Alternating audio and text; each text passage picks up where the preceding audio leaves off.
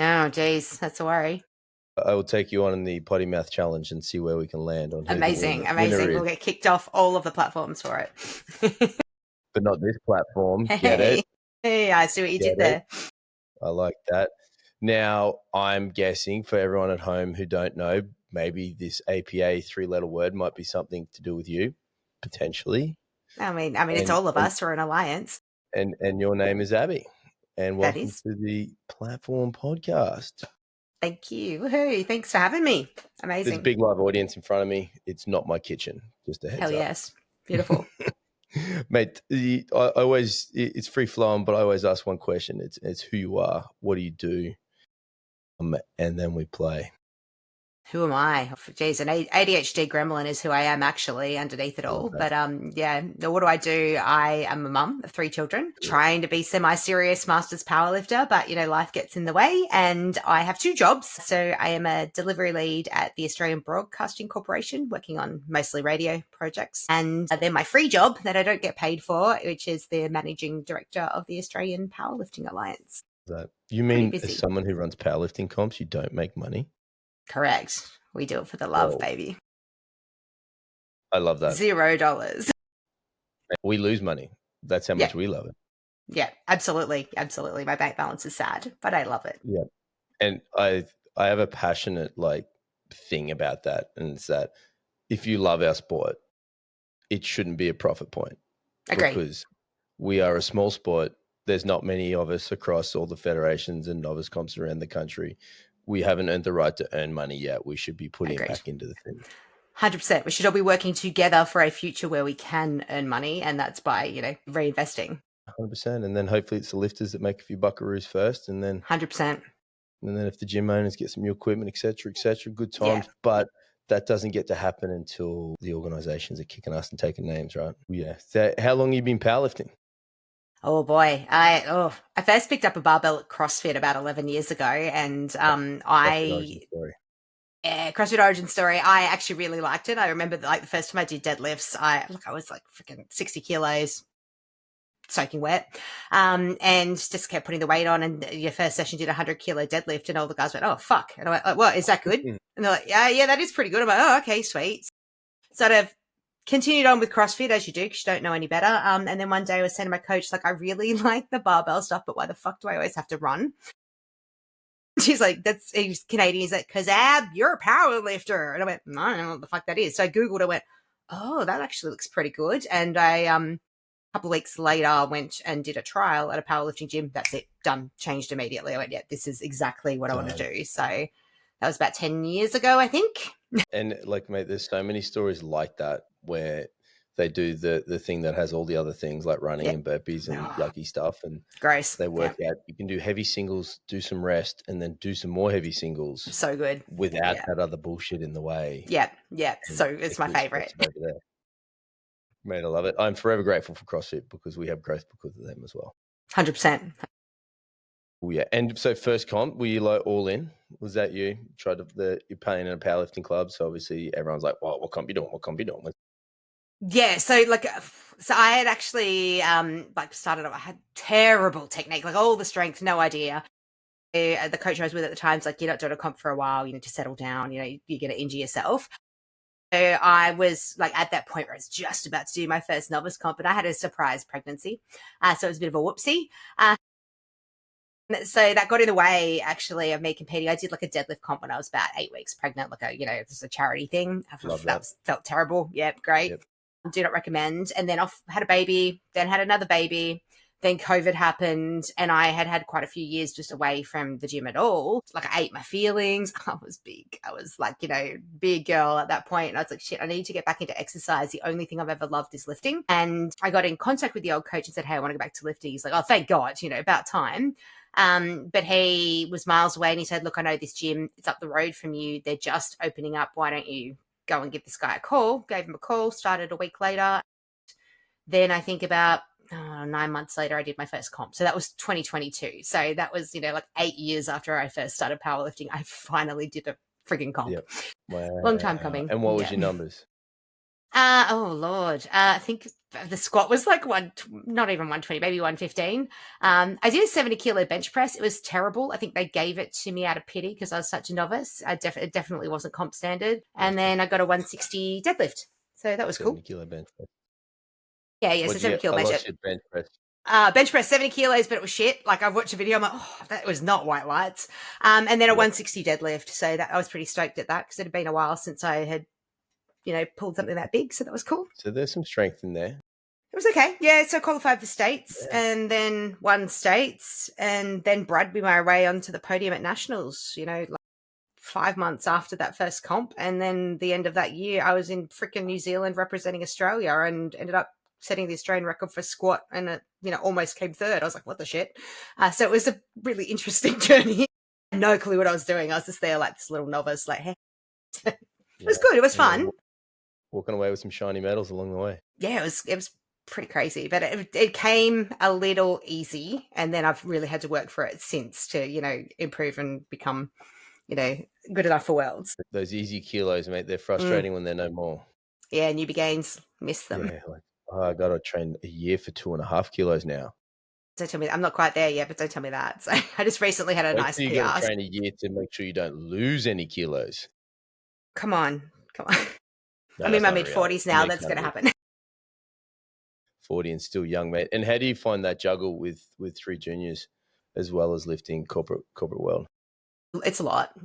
I don't sleep as much as I would like to. So that means my recovery is shocking. It used to really affect me a lot more. Like last year was pretty rough with APA growing so exponentially. I really struggled and I really wanted to go to Worlds. And it was like this dream that I'd had for a long time. And before APA was even a thing, I had set my sights on Worlds last year. In hindsight, I probably shouldn't have done that to myself because I nearly had a meltdown trying to juggle, that level of training and going from, I think we had 300 members in our first month and now we've got almost 1900. So it was just like, whoa. So, so that was probably a bit too much. But this year I've actually found a little bit more of a balance, so I'm still training consistently, but not trying to, really push my lifts too much. And of course, as we all know, now my performance has improved because I've, not push myself as hard. So that'd be right. But it's a struggle. Yeah. So, mate, I love it. I call it putting a rectangle into a square. You can do it. You just got to shove. Absolutely. And the other one I live by is sleep less, achieve more. Yeah, not bad. That's the story of my life. But the thing I find cool, and we're dancing around it, but you've been in powerlifting competing only a few years and now you're running the big show. Wild. Yes. Yeah. Yeah. Don't know how that happened, actually. How about that? Yeah, it's pretty cool. Was that something you were aspirational once you're involved in powerlifting? You're like, I love this thing. I want to be involved and actually be behind the scenes. Yes, definitely. So look, I have a lot of corporate experience. So I've been leading people and people change forever. I ran my business, I've built myself, from the ground up. I've got a lot of, diverse skill set, and I could see that, powerlifting was something that I love. The only other sport I've ever really loved was dancing. So it's nice to find a new passion. And I could see that there was a lot that I could offer, the previous organization with my knowledge of corporate and, how people relate. So I had offered to help there. Didn't go so well. I was reasonably vocal and advocated for change there. And I guess when things happened, it's like the case where you're standing in line, everyone steps back and points at you, and suddenly I was in charge. I went, oh shit, thanks guys. It was honestly, I went, oh, what just happened there? So I guess that's what you get for being a really big mouth with a lot of opinions. Some good ones, obviously, because usually when people step back, they see the leader, right? They're like, that's the person we want. Yeah, it was unexpected. I was just really agitating for change, and my whole goal was just see the right people that could make a difference and help to grow the sport. And I guess people recognize that possibly I was the right person for the foundation board, and off we've gone. So, that's super cool. And then part of change, do you guys obviously look back and see stuff that was done right, done wrong, in personal opinion, and then ensure that you keep the basics of it, the stuff that you guys loved out of it, and then make sure the changes can come from challenges and stuff you've seen that could be done differently? Definitely. We're really, look, we're human, we're volunteers, we're all working extremely hard. And, we can see, even with our predecessors where there was the best of intentions and some things were good. And, we've kept those and, some things didn't go so well, but not for lack of trying. And we're the same, we're not going to get everything right. But it's really important that you're reflective and you go, okay, that wasn't so great. Let's just, change that and iterate and get better. And so we I know it's a bit corporate speak, but we do work on that continuous improvement model. We hold retrospectives after big events. We go, okay, what worked? What are we still doing? What are we stopping? Because that was pain in the butt. And what are we going to, add in next time? It's been really good teaching a lot of the, core volunteers, actually, a lot of them are, gym owners, or they don't have that corporate experience. At first, we're like, dude, this is too much. But the last week I held a retro after our nationals. They were so good. Like, they just came with so much feedback. They knew what the process was. And in 90 minutes, we had like masses of information and, ideas for, improving in the future, which was wicked. Yeah. So it's good. Mate, I think that's extraordinary. I think too often us meet directors running around will just sit back and go, yeah, it was a good comp. We had some lifters. There's plenty there. There's 10 more than last time. That's great. Move forward. But then you go to the comps and nothing's changing. Same things happen as a lifter or as a coach, and the experience is it's hard though, right? Like it's like running a meet. Look, it's manic, and you go, oh shit, okay, no one is that cranky. Cool, let's do that again. But then, if we don't keep lifting the standard, sooner or later someone's going to get the shit. So I think we're really lucky. Our last comp ran extremely well, but that was a real labor of love from a core group of us. We were tired, so we're like, okay, that was great. How do we do that again without killing ourselves? So how do we spread that knowledge and build it up? Yeah, that's the other big challenge you find as a meet director or organizer, right? Like the knowledge group is so tiny to start with, right? And then for you guys, 100%. Obviously, I mean, iterations of IPF affiliates have been around for a while, but you guys yourself have only been around for a little bit. So having that core group, that must be such an important bit of upskilling so that knowledge base can grow and go out, take some pressure off.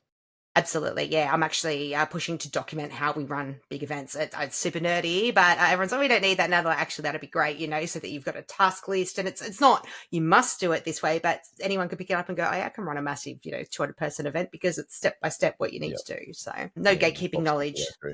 Yeah. And that must be important. Do you think about the person that comes after you? I hope that we get it to a point that they can get paid, because no one's going to do this shit for free ongoing. So it must be a massive work for you, right? If you were to put hours on it, like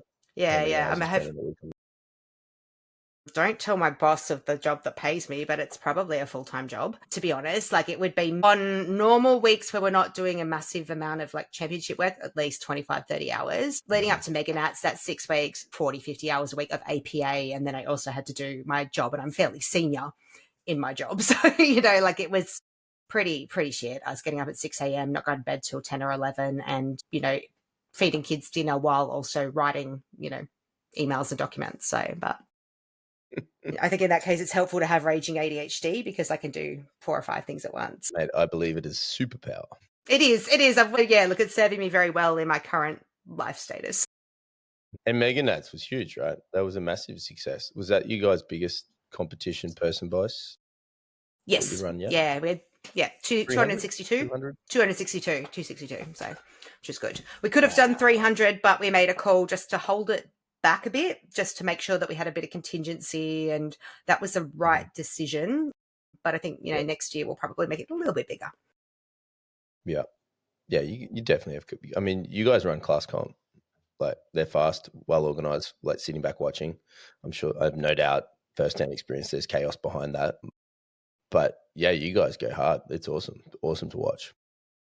Yeah, look, we've got some, like, it's not as chaotic as you'd think. Like, day one's obviously, the duck paddling. But by the time you got there on that last day, like, the meet directors and I were looking at each other, went, did we just nail this? And they're like, fuck, dude, I think we did. And I was like, this has been fun to run, and sometimes comps are a little gnarly and you're like, oh my God, I'm tired. At the end, yes, we were cooked, but we were really proud of what we did. And it was exciting and it was fun. It ran, schedule was bang on. And that's because we've got people who know what they're doing, and we've just, pulled our knowledge, and like, it's not just one person trying to do everything. So I think, spreading that meet director load across a few people for big events really helps.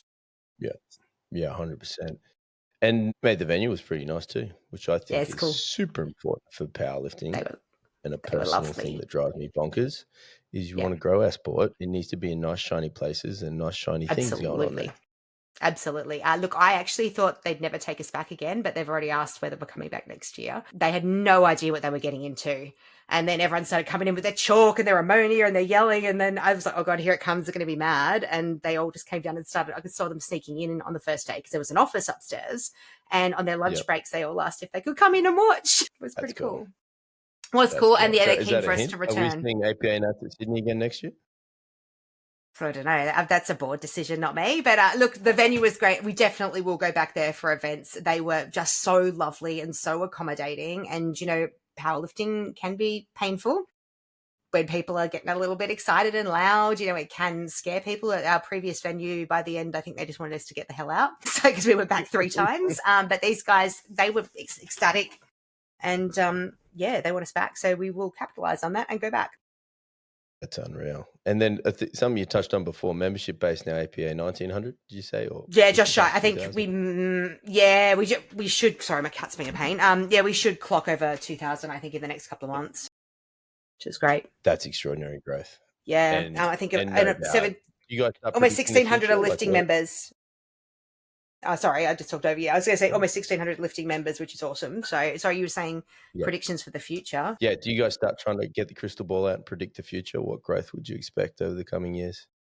Good question. We have had some discussions on that. And, you know, what is our approach? Do we want to keep growing? Do we want to be the biggest federation? Or do we want to be a high-quality federation that can still have, you know, the resources and capabilities to deliver good comps? And that's kind of like, let me tell you, 1,900's a lot. It's a lot of work for an administrative load. Like, we're not seeking to double that anytime soon. Like, we'll take organic growth at this spot. We're not going to advertise. We're not going to go aggressively try and build our member base until we make sure that all of our operational systems are working properly.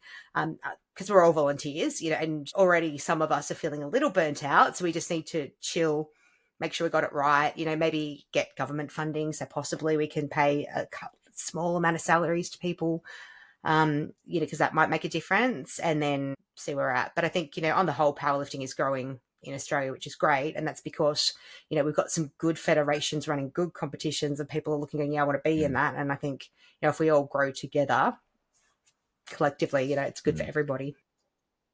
Yeah, mate. Well, my origin story is a little bit longer than yours. I've been around a little bit, and I can still remember when comps are under a house and there was 20 people in a state tournament and there was only 2 federations. Yeah. Floating around. I personally, the growth on this thing is huge. And I know I've said it a few times before, but my standpoint on how I know it is popular is I've been pulled out of a line at an airport wearing this shirt and someone goes, "Are you a powerlifter?" And like, it doesn't say powerlifting on here. It just says gym. And people now, general public, know what powerlifting is, which is super exciting. So I think, I believe with a good product as a meet director and as an organization, your organic growth comes fast if you're doing the right thing. So even if you're not ready for more numbers, I think you got some big ones coming potentially.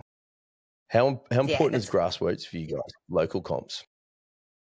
So we actually see Grassroots even more as a novice comp. So we are doing a proof of concept of like a novice league at the moment. And how do we really build that up? Because, you know, novice comps are a really good money earner for your local gyms. And there's a lot of things that meet directors have said that, you know, sting them, like, you know, the event platform fees, insurance, you know, all of that kind of shitty admin stuff. And I was like, what if APA could help, you know, get rid of that, because we've got economies of scale on those things, and you guys run your novice comps under us, that you pocket majority of the money. We just take a little bit just to pay for lifting cart, you know, that kind of shit. And you really build that foundation. So I think that is something that I want to see grow. We've got another comp happening shortly.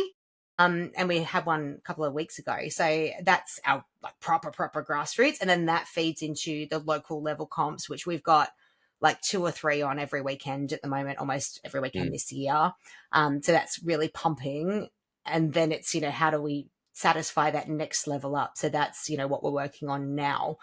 Because obviously our nationals, you know, 262 sounds like a lot, but with 1,900 members, it's not really.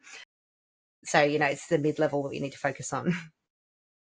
Yeah. Because I've followed along for a little bit. You guys made an organisation decision to remove state tournaments and call them local competition, right? What made you guys bring about that decision?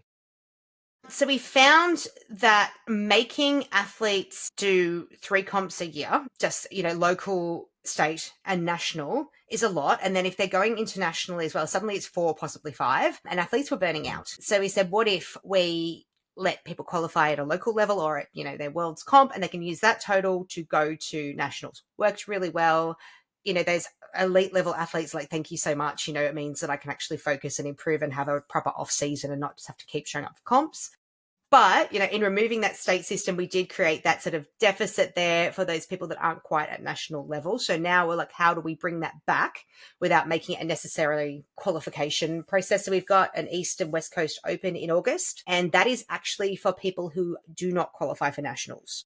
So if you're a national level lifter, you can't compete, but anyone under that can, and they can set state records and win state titles there. So at the moment, it's just in Sydney and Perth, but I would love it to be north, south, east, west eventually, or even all the states. And then the states are competing against each other to win best overall as well. So it's already, if you look at our socials, like, they're already taking pot shots at each other, and it's starting to fire up. So it should be, it's more fun than that state, and there's records, so everyone has a chance to set the records this year, and then we'll go into the traditional, you can chip the records next year, and off you go. Yeah, that's super important, because obviously not everyone is strong enough for nationals, right? But it doesn't mean they still don't want to play powerlifting, and there should be something aspirational for them still, like 100%. Going from a novice to a local to a state, and maybe that's all they get to play, but for them that state's important to them, right? Yeah, I think some of our meet directors are also starting to do invitationals that are cool. So some of them, like SBD Cup, that's still, top of our game lifters, but other gyms, I know, like Night of Champions over in WA, that's about up and comers, and that's about battles between up and comers. That's really good. And I know there's a gym, I won't mention who yet, in Sydney, who wants to do like an up and coming, prize money championship as well. There's one in Hunter, as in Newcastle. So there's a lot of gyms thinking about how can we, cater to not the same rollout of athletes every time, but that next group, and get them really thirsty and hungry to push a little harder. And so I'm really excited, and giving the meet directors that opportunity, instead of running states pocketing the cash like other feds used to do, is a good way for them to grow too, and to buy equipment and make their comps better. Yeah, 100%. Cool. Do you guys feel pressure to run comps with prize money behind it? Because I know there is sort of that growth space now where there is money up for grabs at comps. It's good. Yeah. And I guess if you're looking left, it's really good. But then as a meet director or organization running an event, when you're looking left and right, if everyone else is starting to do it, you've kind of got to do it. But like, it's money too, right? It's tricky, right? Because we're a non-profit, right? So, any money that we're getting, we are pumping straight back into building the Fed. And because we're relatively new, we only have a couple of small sponsors. But eventually, once we get some government funding under our belt, and, we've got we're starting to pull together tangible results, like serious views on social media, lots of members, then we can try and look at some corporate sponsors and start to offer decent prize money. This year we offered a little bit, and it's the first time, I think, in a long time that an IPF affiliate has offered prize money. So the athletes are pretty stoked for nationals with that. I'd like that to continue, but also, like, that nationals isn't really about how much cash you can pocket. It's about, competing to, you go on a pathway to worlds. But I accept that worlds is awfully friggin' expensive, so when we're a sport that doesn't have any government funding. So it's, how do you balance out the act of reinvesting in the sport and not, also ignoring the rest of the market with prize money? Yeah. Tricky juggle. It is.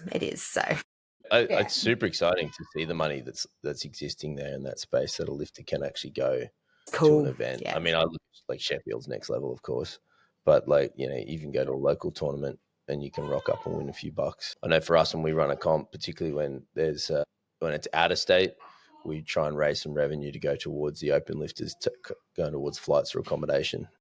Yeah, it's awesome, because we got to have that vision of, like, you want the best people to go. Hey, you would hate the limiting factor for that best lifter to go locally or internationally. It's just money, right? Like, agreed. We want representation. Agreed. Yeah, we do. We have a committee that's working on sponsorship and fundraising at the moment, and it's how do we benefit all the lifters, and what can we do, and what levers can we pull just to get a little bit of money there too. And also not just lifters, coaches, referees, like it's very expensive for them as well. And last year they were predominantly self-funded because we had no money. And that's a tough ask to keep asking coaches to pay for, flights and accommodation in Europe, which is, upwards of $4,000 or $5,000. So how do we sort that? Because without that support team, we can't send athletes, so it's a big juggle. Yeah, that is a big juggle. Is there rules around coaches and stuff to be at a Worlds? Are you guys only allowed to take a certain amount of people? There are some limits. There's I can have 2, maybe it's 3 per lifter. Someone's going to get mad at me misquoting the IPF rules. They changed recently. Look, last year everyone was so excited to go because a lot of people have been restricted in the past from coaching internationally. This year it's a little more discerning. People have realized with the Aussie dollar being so shit that they can't go to 3 comps a year. And then also in return, APA is working.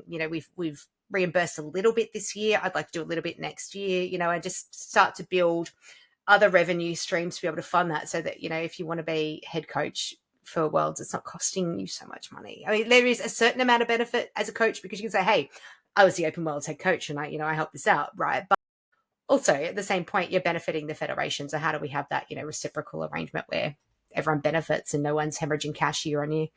So, and then you'll see aspirational people, coaches be like, man, I want to work towards being the head coach of the Australian team, et cetera, right? So having other pathways that aren't beyond just lifting, but that awesome. As well.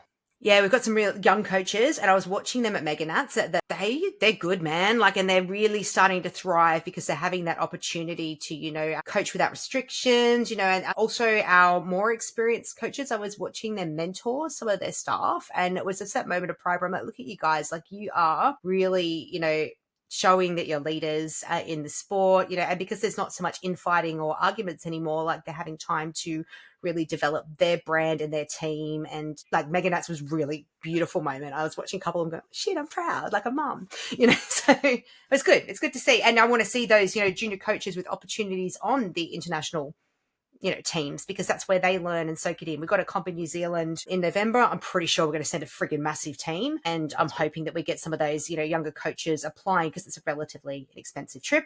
And we can send a big coaching team and they can, get their first experience at, there's international battles and, what it's like. It's a little different. It's good fun. Good. And like you said, good for a coach's resume too, right? In this day and age where coaches are all trying to make a living from coaching, that looks nice on the coaching resume, right? I've been a part of X event as national or assistant coach, blah, blah, blah. Definitely. And represented well. And then all of a sudden people who are tire kicking looking for a new coach for for themselves as an athlete, they'll be like, wow, I want to be with the person who's at the top, right?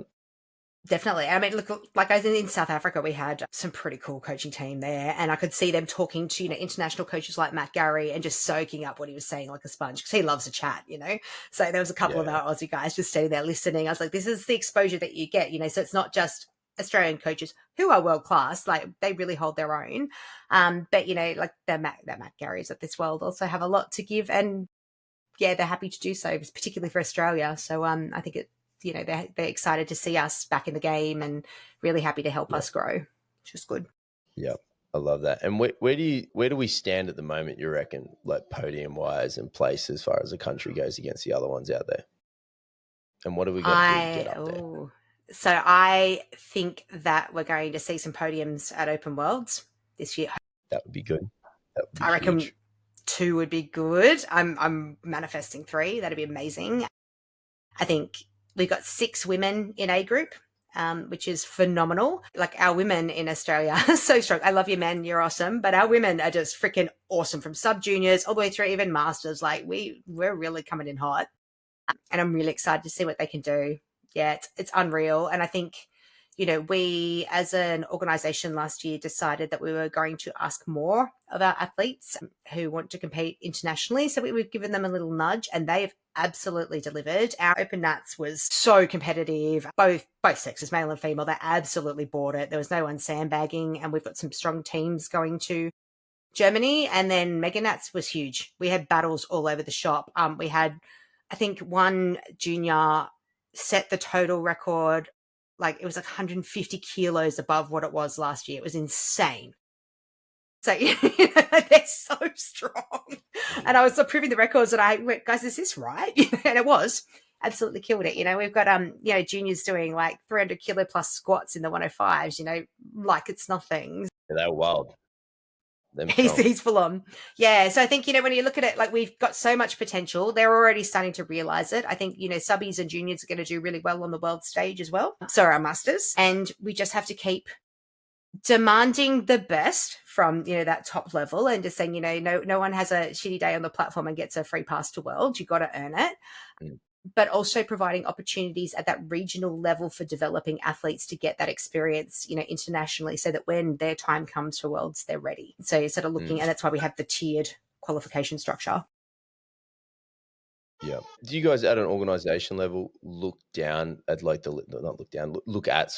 lifters there and start trying to earmark ones that you think would have potential for the future, like as a competitive growth point of the organization? Like, okay, cool, we got 3 medals coming this year. Next year we want 5. Here are the people we like and we think have potential, and these coaches are doing good. And do you start looking at it that way to try and grow it?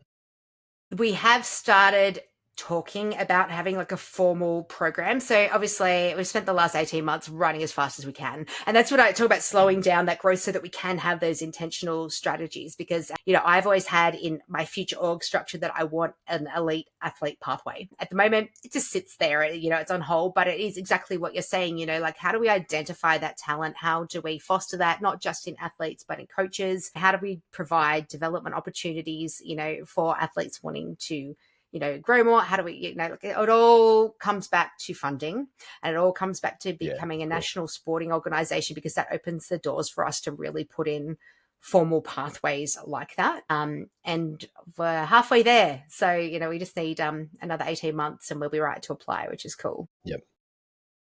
Yeah, that'd be cool. Because the thing I always think about, like, I've seen so many young kids like do well across all the different places they're doing a barbell. But a year or 2 or 3 years later, for whatever reason, they're not there anymore.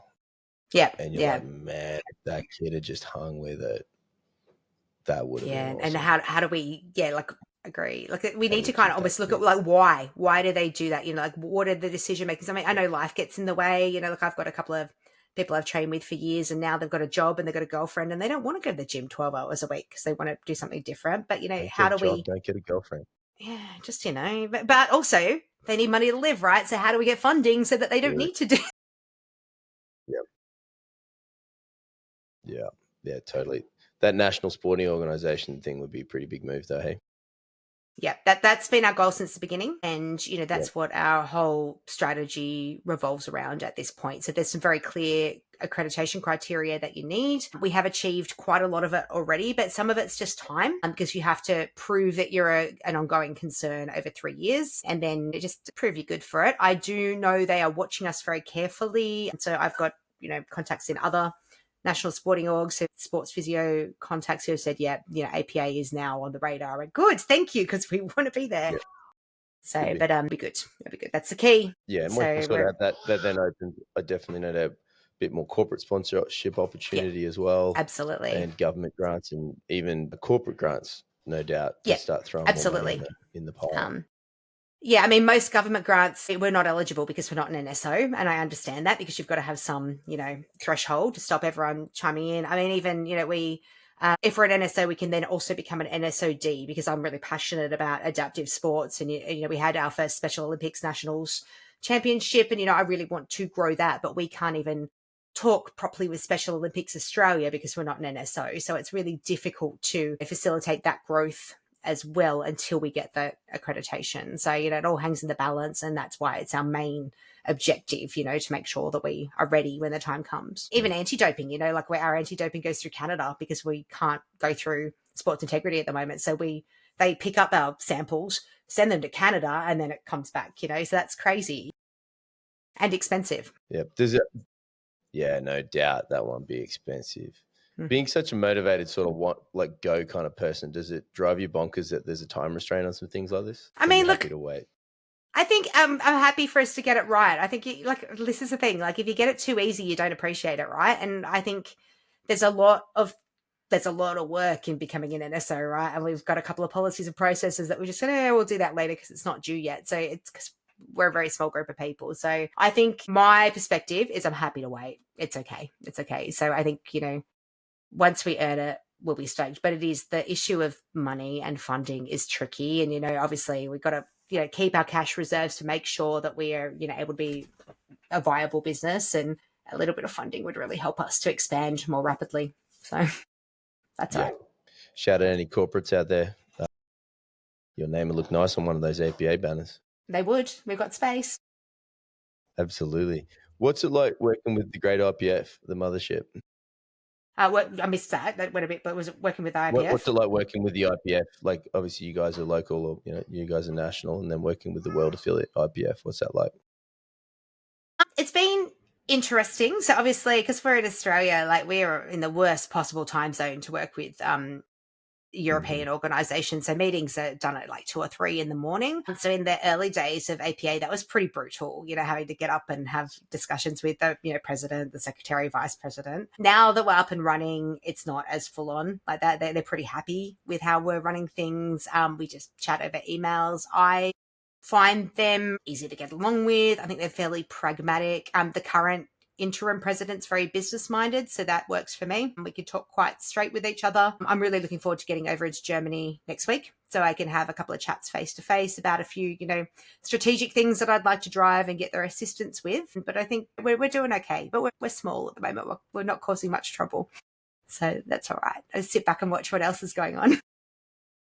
Whilst the incredible growth at 1900 internationally, looking at IPF orgs in their own little countries, they would have massive memberships, I imagine. Yeah, some of them, yes. Yeah. So I think like US, like they're pretty big. Yeah. Like, although that being said, when I mentioned that we were over 1,000 by the time we got to Lithuania last year, I think the Secretary General was like, "You're kidding." I'm like, "No, we're there already." So, they're pretty impressed with our growth, which is good. And it's also, I want to see, so if you look at the Oceania region, which we're a part of in the IPF, I'd really like to see what, we can do with New Zealand and all the other countries to grow that. And we've got a lot of island nations as part of that. And they, would really benefit from some really cool, like Oceania competitions and, see what we could build there. So I'm pretty committed to that. And I know that, the ORPF is pretty keen to see what we can do now we found our feet. So that'll be good. Yeah. Sounds like you're going to be busy for the coming year, mate. Yeah, I know. Like, fortunately, the ORPF comps for this year and next year have already been locked down. I was like, thank God. Look, I'm keen to put in a bid for 2027. I think that would be really fun to bring an international to Australia. I think we'll do a good job of it. And, it'd be great for our athletes to have a home international, and maybe in the future a worlds. Yeah, I'd love to. But we need to show we can do it, right? And we're good for it. So let's start small. And Commonwealth's another option. So we're a member of the Commonwealth Powerlifting Federation as well. I sit on that executive. So, that's an option to put in a bid maybe in a couple of years for that. So, but I'd love to get a Worlds to Australia. I think that'd be amazing. I know New Zealand's keen to have open Worlds too. So, it might be chatting about what we could do as a pair, to really bring it down. It'd be nice for our guys to not have to travel. 5-year plan. Come on. Yeah, it's expensive. 5-year goal, IPF Worlds, 10-year goal. That'd be great. Maybe. Yeah. Look, I would be so stoked to see an IPF Worlds down here. That'd be unreal. And then, a huge part of the travel expense, mate. No doubt that limiting factor of people not being able to travel and then not want to do the bigger comps because they know they can't go to the Worlds, that would change. Like, if you knew there was an IPF Worlds coming to Australia in like 3 years' time, imagine that from a marketing point of view, awesome. Guys. Like, man, everyone's coming to lift. Yeah, I think that'd be awesome. Look, I mean, it'd be unreal. Like, I went to Worlds last year. I'm not going to go this year. I can't afford it. Like, it's so expensive. And I know a few, and also it's in South Africa again. So we're like, pass. South Africa's beautiful. Love you guys. But just, I'll wait till Reno next year, I think. So I see another part of the world, so. Yep. That's the cool part of it. Like, for me as a coach, I quite enjoy the travel side that's coming. Like, we've got our own little worlds we jump along to. We're in our 3rd one this year, but like, it's a nice little thing that I didn't think about that I'd be getting as a coach, being able to travel to other parts of the planet. It's amazing. I'd never been to Europe before last year. So I went as a business owner, you pack your own money into your business, you don't really travel, and then had kids. And so the opportunity to go to Lithuania came up, and it was amazing to be able to go, over there. And then I did a little bit of time in Amsterdam as well on the way home. And this year I'm doing London and Berlin. So I am so fortunate that I'm getting that opportunity to travel and see a bit of the world whilst also doing the sport I love. I think that's unreal. So I think, what's it like as a lifter to be on the team trip? as a lifter. So it's what's cool. it like to be on the team trip? Oh, I've lost you there. What was that? So I was going to say, what's it like being a lifter on the team trip? The culture around the whole thing. Everyone loves it. Everyone gets together. Yeah, it's good. So I had two experiences that differed last year. So the first one was Open Worlds, wasn't a lifter, was there just as an official and a really loud cheerleader. That was cool. That was great fun. Obviously, smaller team. We had 15 athletes, a few coaches, really good team rapport, and there was nothing to do in just Skinnakai, so we just hung out together, just Skinnakai. South Africa was in Sun City. We had 47 athletes, and I helped coach. And when I say I helped coach, I was plate bitch. That was fun, but I was also lifting, and I have to say on reflection, trying to be MD, member of the Commonwealth Board, coaching and also lifting was a really stupid thing to do. By the time it actually got to, heavyweight women, I was cooked. So 0 out of 10 stars for that experience, but the actual team dynamics and, we all went off on a safari together. That was super fun. And I think, the Australian team is pretty supportive of each other, and we're Aussies, right? We have a good time and we're really loud, and it's expected of us to be very noisy. So we deliver, which is cool. Yeah. Good. Because that's another aspect, right, of being in, wanting to be a part of the world. It's the actual, I want to be in the team. The whole team experience is going to be super rad. It is so good. being able to grow a culture around worlds must be super important as well. Yeah, and getting that soft suit, it's been a real symbol of it. And I manifested that. Like the minute that I knew we could lock it down last year, I'm like, that's it. I want that soft suit, that's so cool. And it's nice to see so many athletes now. I think they all, all the Japan team just all got their suits in the last week or so, and they've all been taking photos on Instagram. And that's so cool. So cool to see. Yeah. And, they're so proud. That's nice. Yeah. Well, I know when Miss Maya got her onesie last year for the Australian suit, mate, she was nothing but fired up and excited. Yeah.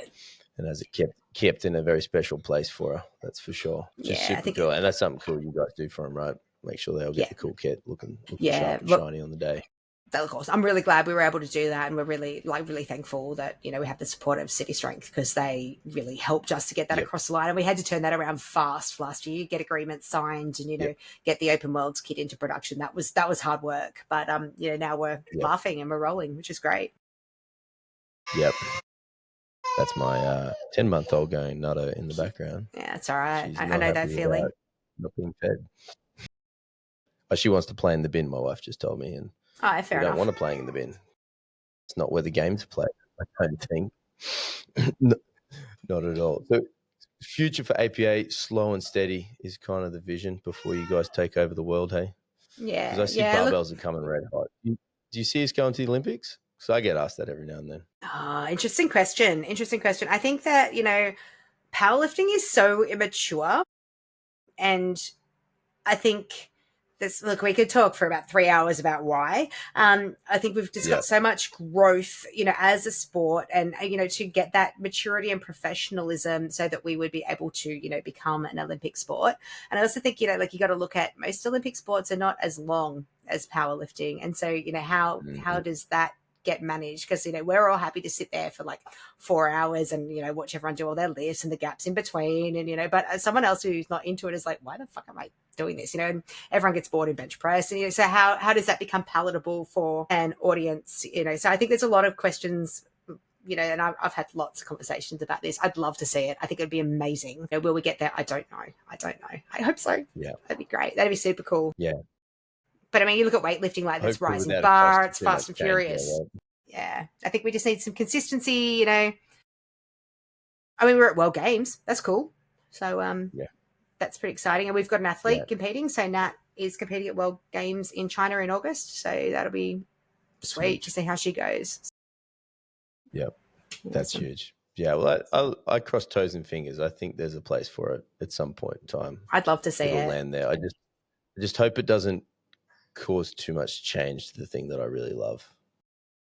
Yeah, if it stays pretty much the same, would be good. I think so. Yeah, look, chaotic and change it. Maybe we'll get although if they got rid of bench press, I personally suck at that thing. So yeah, me too. Me too. That wasn't there. That'd be amazing. Yeah. Agreed. I mean, look, I'd love to be, an old bugger in the audience of the Olympics watching powerlifting, going, "Oh, I used to do that." My grandchildren going, "Bullshit, you did." Yeah, you'd be like, "Oh, I could have done that total if, and I would have been there." Yeah, exactly. 100%. Now, for yourself, mate, you got any powerlifting comps you're prepping for? You got anything coming up? Look, I'd like to go to New Zealand at the end of the year. So hopefully I came second at Nationals. So I'm on secondary selection. So hopefully that works out for me. Fingers crossed. Yep. So that's probably the next goal. And then, see what happens in 2026. Whether I do maybe Open Nationals is another kind of goal that I'd like to do, just to say I've done it once, because, as a master, that's kind of cool. That'd be cool. Even if I come dead last, that'd be fun. I love the 84 Queens in Opens. I'd love to have a hit out with them. So that's kind of the two things in my head. But having a bit of a down season at the moment. Of a total, right? You just what need was a that, certain total to get through. Yeah. So you guys, so I have hit it. Yeah. Total. Yes. So look, yes, there's a QT. There is I'm going to say it now. There's a new qualification for Opens coming out. It should be out relatively soon. So, keep an eye on our socials for that one. But it's nothing too crazy. But hopefully I qualify. So we'll see. Part of growing sport, may need to make it harder for everyone. Yeah, it's all right. So, but absolutely. And what do you do when you're not doing a barbell and you're not playing with your kids? What do you do for time for yourself? Because you got a lot on, but do you get a few minutes? Doom scroll, really, to be honest. That's about it. That sounds terrible. I'm not kidding. Like, honestly, I do not have much time for myself. And sometimes I just need to just sit there and muck around on the phone. But no, also I like reading, watching shitty comedies, that kind of thing. So just try and have some downtime where the mind is still, which is not often for me. It's not so. Yeah. I think you'd enjoy a busy mind with lots on, though. A bit like myself. Yeah. I'm always thinking. Yeah. When you guys are sort of looking around and seeing what everyone else is doing, do you guys pay too much attention what other federations are doing to try and make sure you guys are, matching or improving and doing things differently, or you guys sort of just play your own lane and just go that direction? Interesting question. I think it would be silly to not look at what other federations are doing, but I also don't think that we should be competing with each other. And I've said this from the beginning. I think that if we're taking pot shots at each other, we're actually ignoring what we should be doing, which is growing the whole market. There's no point in going, oh, we're bigger than you, or we're doing this better than you, or we're testing more than you. Like, that's shit, man. If that's your advertising campaign, take a look at yourself. Look, I really think instead of that, we should be saying, hey, powerlifting's fucking cool. Look how strong all the Australians are. Come and do powerlifting. Pick the fed that works for you, because there's quite a few good ones, and their products are all slightly different, right? And APA, it's good for a certain kind of lifter. Some of the others are great for another kind of lifter, and they interchange. At a local level, a lot of the lifters go around different feds, particularly in states that don't have big representation. And we should encourage that, because the more people that come and do it, the bigger the whole pie grows, and the more that we all benefit. And that's what we should be focusing on, building the sport as a whole. So, I couldn't agree. And I think that's something I've noted. Like I said, I've been around a little bit and had a few conversations with other people over the years. And you guys are getting it right, because previously it was just a big wall and you're not a part of it and you don't get to be in it. And you guys seem so open and welcoming, just genuine about the desire for everyone to do well. Because if we all do well, the rising toad raises all boats, right? Like that's exactly that. 100%. I mean, and the thing is, obviously we have some restrictions with Article 14. Have opinions on that. We won't talk about that. But, we do the best that we can with the rules that we have to allow people to do what they want. And we'll continue to do that. Yeah. Because there is a bit of flexibility, right? Yep. It's just association. Once you start lifting at higher levels, you can't come and play. Yes. Yeah. So local level, feel free, do as much as you want. It's just at the moment it's national and above. There's a General Assembly coming up in June where that is open for discussion. So we'll just see what happens there. I'm hopeful that we might get some more clarity and a little bit more freedom for our lifters. That would be amazing, particularly in Australia when we have so many feds. I think that would be great, because I don't enjoy having to check people's Article 14 status. I just want to concentrate on running a comp. Yeah.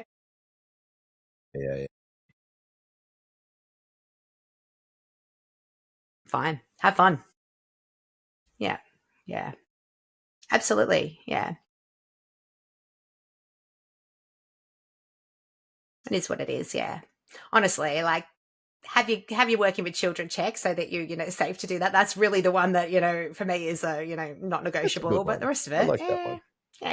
It's pretty important in this day and age. So, but other than that, come along, have fun. Absolutely. Yeah, I think that's cool. And I think perhaps that's it's good to see that, and I'd love to see more conversation about that, because the more that's known out there, more coaches from other places, I think, will be bringing people to play at the local level. Because at definitely. a local comp, you just, which weekend lines up, you're like, oh cool, that one's got a comp, let's go do that. Like, that's what we want to you're see. not really feeling I need to be in this group of people. Yeah, I don't love that. I think, that's not beneficial to growing Australian lifting. So, but we work within what we can, and local level, you don't have to be restricted to APA guys. Come along, come lift, welcome. As long as you're a member and you've got, you're working with Children Check, we're happy. So, yep. I love that, mate. Such a great rule. Now, mate, I just really have one really big important question left to go. It's about to cross over to 12 o'clock pretty soon, and that is, what are you having for lunch today, Abbi? I'm actually going to get takeaway. So I've thrown my tracking out for the next 3 weeks while I go off to Europe. So I'll probably go and get a Donburi bowl, I think, just something tasty. Maybe with fried chicken. Let's go all out.